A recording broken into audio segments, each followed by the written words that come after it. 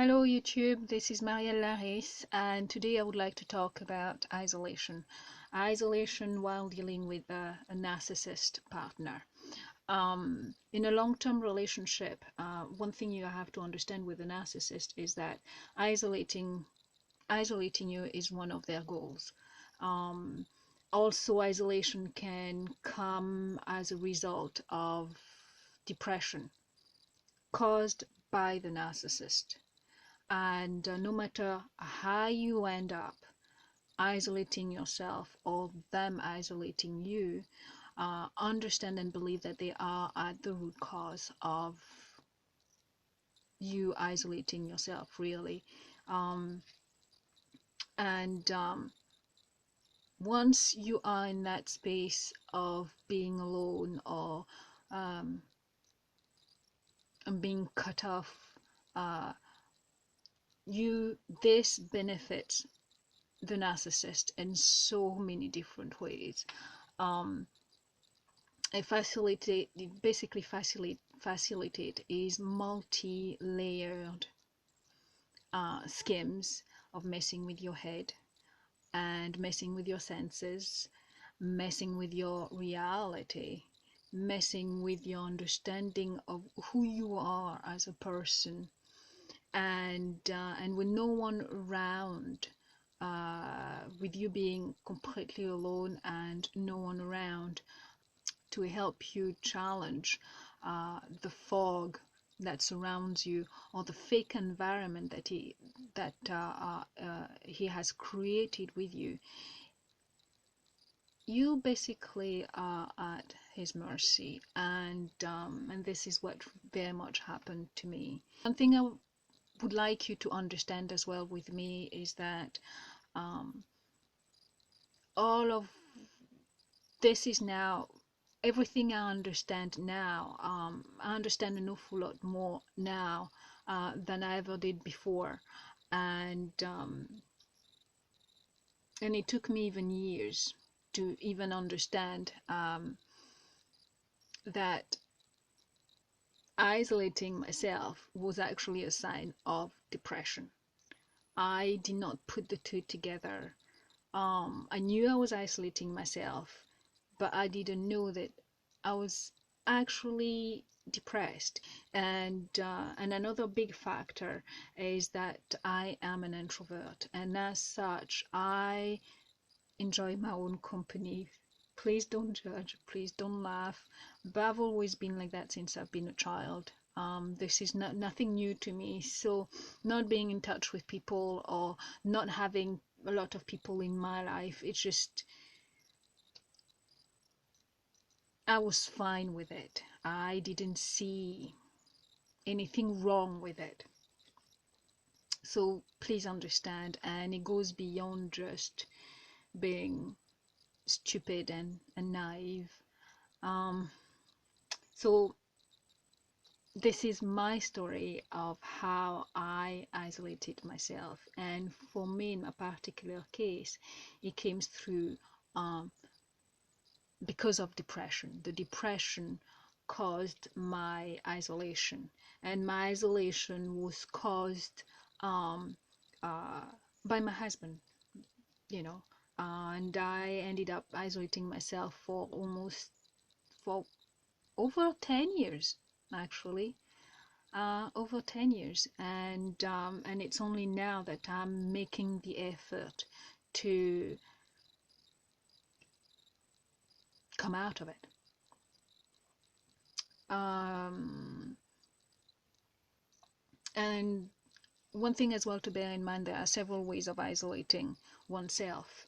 Um, you know, whether you have a job, career, children, and any other kind of obligations, um, you find a way to isolate yourself. And in my case, I didn't have a job, and so beyond what I needed to do for the children, I did little. I did very little. I fell into that depressive state not long after I arrived in this country, and looking back now, I understand it was gonna happen no matter what, because uh, before that stage, there, I had already been with my husband for well over a decade, and along the way there was massive amount of frustration in a relationship, and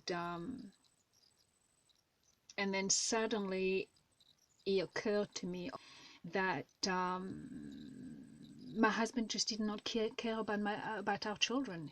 I could not reach him. I could not I could not reach him. I could not make him understand just how much we missed him, we loved him, we needed him, and we needed his participation. I could not reach him and get him to be involved in our family life, even during the weekends, family activities. He just wanted no part of it. And even if he did, then I had to plan like weeks ahead of time, and I was always put in a position where I either had to nag or I had to beg for him to come and take part. And even though I was married, I very much was a single mother, and he never helped. He just never helped. And when I confronted him, because eventually I did, and I don't think, for me in my case, I didn't even confront. What I actually did, this is the noise of my notepad, because I had to write everything down. So please, I hope you don't mind. So I stay focused and try to tell my story properly. And like I was saying, in my case, it wasn't a case of confronting, but it was just a case of explaining what I was seeing, and and explaining that, this is what he was doing, and this is what was wrong with it, and how it was affecting the kids, how it was affecting me and the children, and how it made me feel. So, if he could, and waiting for feedback, which I never got. And as usual, all I would get is just blank stare, no facial expression. And so after I would just deliver my little speech of whatever was going on with me, of my frustration, I would move on, because there was just nothing there. There's no traction to try to, there was no conversation. It was always actually just a one-way conversation. And now I know, by the way, now I am aware that those are major red flag when you're dealing with somebody that's like that. But at the time I just didn't know. You have to understand that unless you're aware, unless you've known somebody who's been through that, unless you know the story, you just take that on board and you move on. This is your family. You're trying to make things work. You try to find solutions, and you try not to make a big deal out of everything. You can't always confront. You can't always be in a fighting mode. So I will just let it pass and move on, and things will just carry on. And for me, during that depressive state, I could barely function. I ended up cutting myself from previous friendships and made no attempt at making new friends in a new country. And I would turn down all invitations, and beyond doing what was needed for the house, for the children, I would just do very little. And being an introvert, like I explained earlier, my own behavior did not alarm me. I do remember the only thing that actually kind of made me concerned me was the loss of my hair. I would just lose hair constantly. I'll just pull, anything I touch, and basically just hair. I comb, just hair. I'll go into the shower, just hair, and that freaked me out. And I tried different things and go and get pills and also all sorts of things, and just that was the only thing that concerned me. And I just carried on with my life, and as if nothing was amiss. At the time, I could not understand. Uh, I could not have understood that the craziness in my relationship was driving me to extreme. It's only now through reading books on the pathology of my husband's pathology, and thanks to YouTubers' personal stories, that I am now able to see that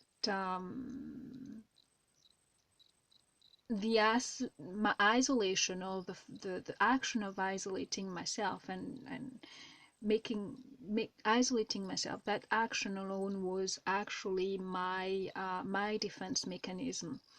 It was I was trying to that was my way of trying to manage my life, but also to minimize. It was also my way to minimize, or to a certain extent limit, additional extra noises to come in to our lives, so I could concentrate enough to locate our problems, what was wrong, and fix our lives. I felt drained and overwhelmed most of the time. A lot of my emotional energy was spent sorting through memories to try to figure out clues and what I could have missed, or what I did wrong, and all of that in an effort to find solutions.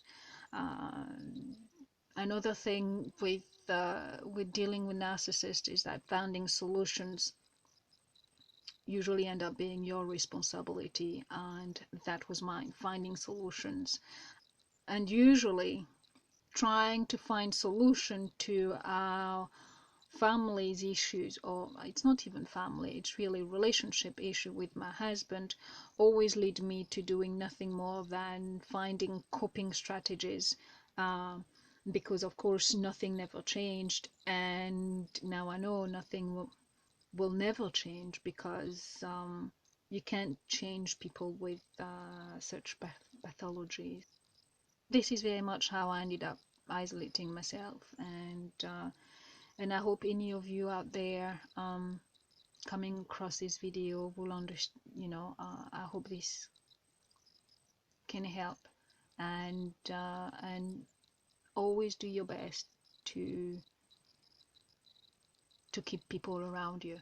This is going to be another topic of discussion as well, another video, because there goes another trap as well. When you have an awful lot of people around you, friends and family, the narcissist finds a way to end up using them and transforming them into flying monkeys, which are gonna turn against you, but that'll be for another time. So thanks again, and I hope you have a good day, and see you soon.